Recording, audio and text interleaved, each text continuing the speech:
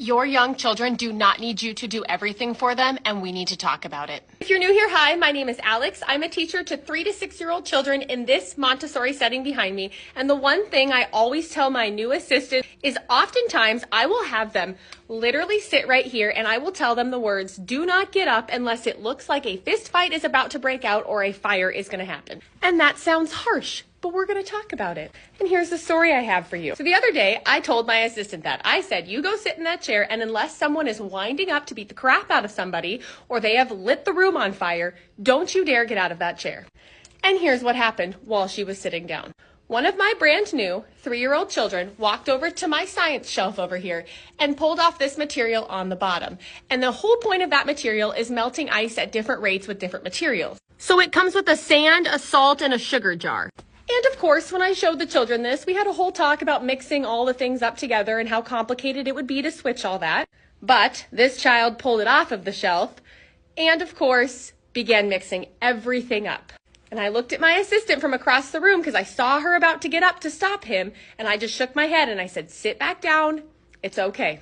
Because in all reality, it's not the end of the world, but it's okay.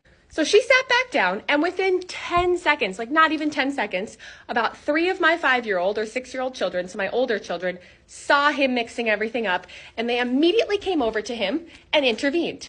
But they did it very kindly, and they just started putting the lids back on the jars so that he wasn't able to mix all of the items up. And he got so mad at them, like he was like screaming at them because he was like, "Hey, like I was doing that." One of my 5-year-old children just explained, "No, you were doing it incorrectly. Like you cannot work on it like that if you're not going to do it correctly." And he was like still pretty upset with her. All she said was, "It's okay.